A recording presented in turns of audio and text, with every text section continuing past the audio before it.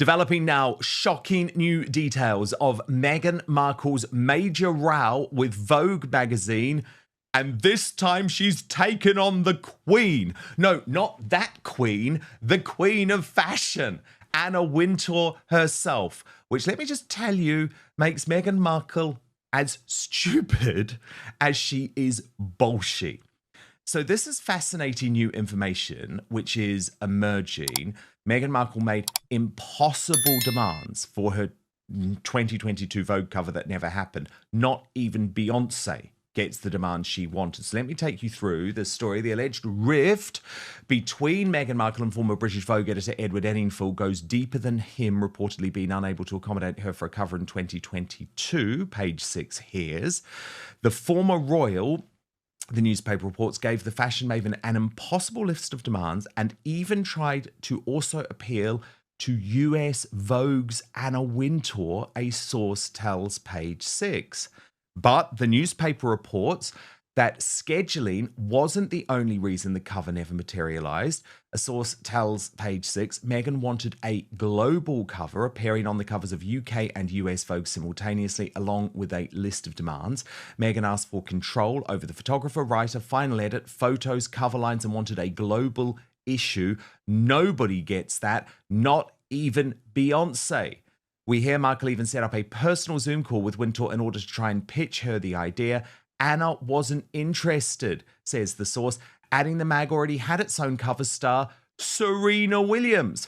Meghan Markle was not in the running, the source tells us. Meghan asked for a Zoom with her to reconsider, and Anna did it to be polite. So Angela Levin, our royal mastermind, this is fascinating on so many levels. I mean, firstly, the cheek of Meghan Markle to think that she can boss Anna Wintour around when it comes to a Vogue cover, to think that she's more important than all of these other stars who they already had lined up. But Angela, does this not say everything about Meghan Markle? Serena Williams is basically the only celebrity friend that has stood by her over all of these years. But she was trying to get Serena Williams booted off the cover. Do you think Serena had any idea? I mean, this just shows you how low this woman will go, how it doesn't matter if you're dealing with friends or if you're dealing with family members. Utterly ruthless behaviour. Let's get into it. You know the phrase, don't bite the hand that feeds you? Well, Meghan Markle decided to slap the hand that could have made her a global fashion icon, Anna Wintour, Queen of Vogue. So here's the tea. Back in 2022, Meghan was lined up to be the next big face of Vogue. Not just British Vogue, mind you. She wanted to be on both the UK and US covers at the same time. A global cover. Sounds glamorous, right? But here's where it spirals. Meghan didn't just want to be the star. She wanted the director's chair too. Yeah. It's fascinating, isn't it? Yeah. The people do actually, in the end, show what they're really like. And she thinks she's the most important woman in the globe. So, pushing aside everyone else, she thought that she would get in touch with the most important woman there could be in fashion and tell her who she was. And she would know immediately that she had to stop everything else and let her have what she wanted, which was several pages inside and going on the cover. Now, you can't tell somebody what to put on a cover. You just can't. But Meghan thinks she can because she's so important.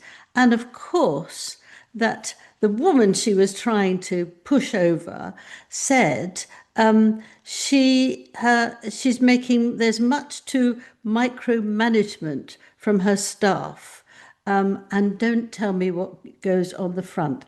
So there you have it. She's a very strong woman. She stood, as high up in the fashion world for many, many years, and it was just amongst Meghan that she wasn't going to do that. And so it wasn't mentioned at all. And it was all to do with a charity.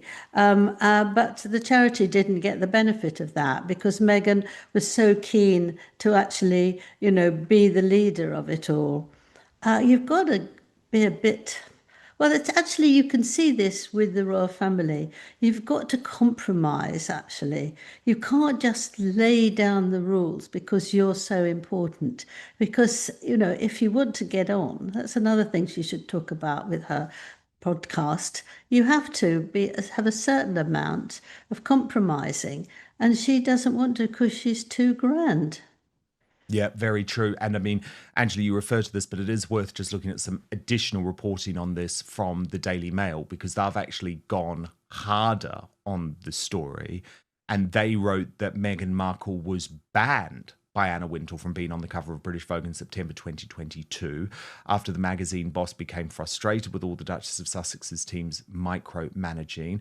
This apparently resulted in Prince Harry's wife and the former editor of British Vogue, Edward Enninful, drifting apart amid rumours in fashion circles of a falling out between the two over the planned Vogue feature on the Duchess's charitable work.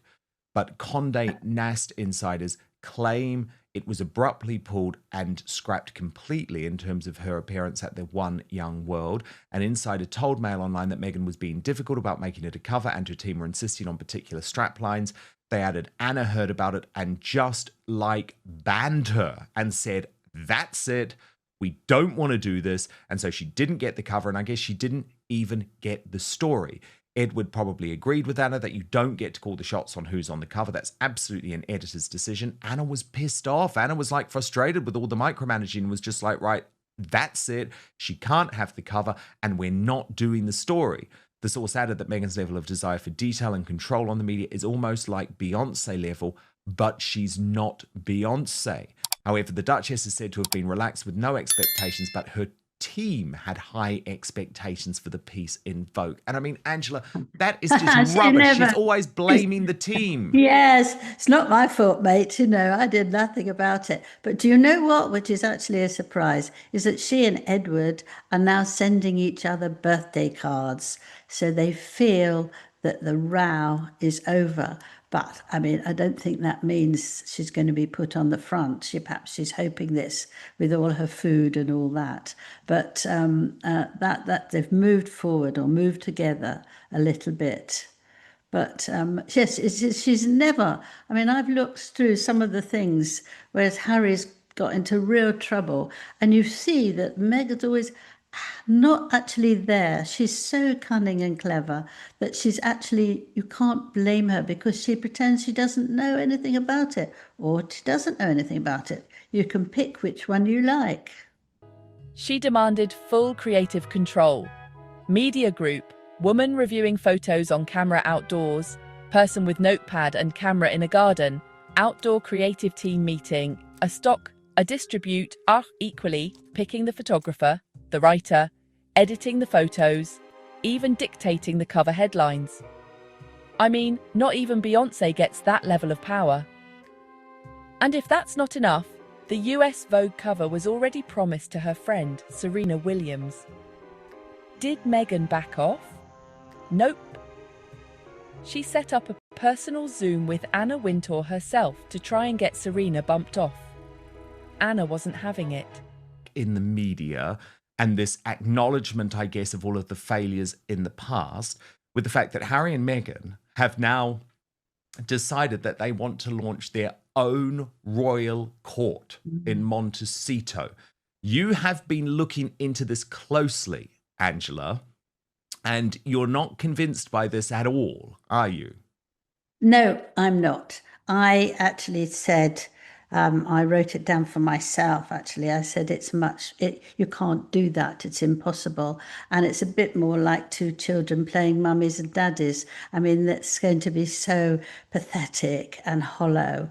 And I thought, well, how are they going to run it? Are they going to have people to have to curtsy to Meghan now? Because we know she hates it, because when she was told to do that to the Queen, she said she didn't know, and it was absolutely ridiculous. And she does that terrible, ghastly bend in for Netflix. What will she do? Will people come with robes when there's a special occasion? It's absolutely astonishing. and I think that, is she going to go around the Commonwealth like she has done a bit and say that she's now a proper royal in her own light and see if she can get presents?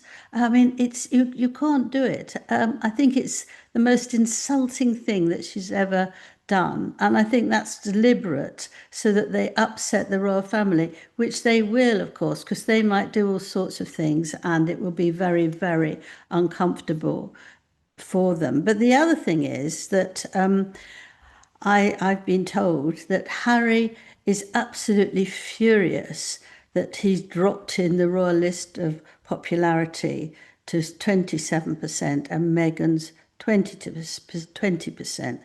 Now, instead of deciding to behave better, to not be so spiteful about his family, or to make a sort of, the courts to make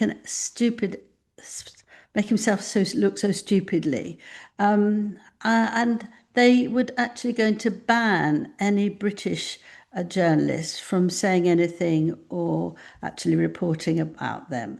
Now that's also a nonsense because how do they get published? How do you make money out of your whatever you're making in the kitchen? How will Harry make some money if he wanted to do another book, or he wants to go to charities and help, because he's always done that. It's always been on the television. Well, but if you don't let anybody do that, then they're going to be in real trouble. I mean, when they went to countries where, Nigeria, for example, and they pretended they were sort of royals. They were in a very difficult state because they only had one person who was a magazine journalist. And as you know, journalists are not magazine journalists. They are there to look and to analyse. They're not just to say what the curtains are like and what she wore. I don't want to be rude to them, but it's a very different type Yes, exactly. They don't look. This is like an old school royal court, isn't it? But the hilarious thing, Angela, of course, the real member of the British family is Prince Harry, but Meghan is setting herself up as the Queen at the centre of the court. Harry is just like some type of afterthought. We've also learned this week that she's going to dump him altogether from the Netflix deal. Most of the staff within the royal court that were revealed over the weekend, Angela, are actually working for Meghan, not working for Harry. But by the way, I also thought you came up with quite an interesting observation, Angela. Not that we have an issue with this, because of course we just believe people should be hired based on whether they're competent or not. But do you remember, Angela, Meghan had such a problem with the royal family and the makeup of the staff. She kept saying, you're not diverse enough. You need more diverse staff members. Angela, can you just tell me how many non-white people Meghan has decided to include within her court? Yes, I told you because I knew you would be very interested in that. None.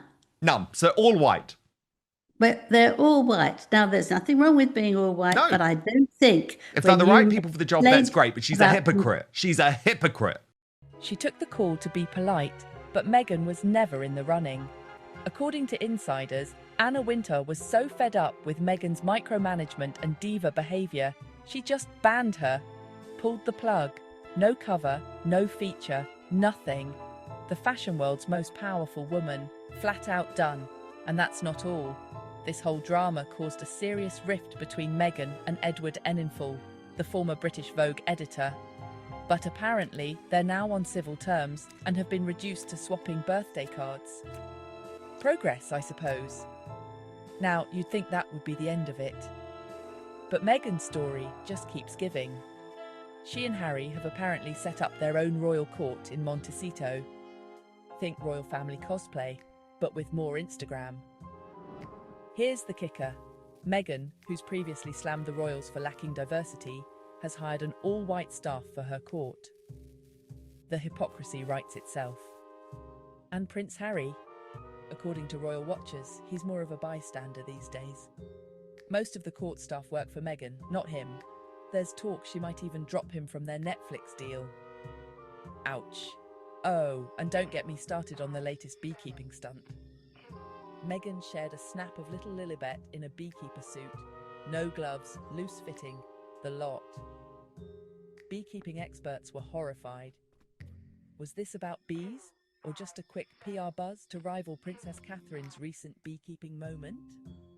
So, what does this saga say? When you try to play queen with the queen of fashion, you're bound to get stung.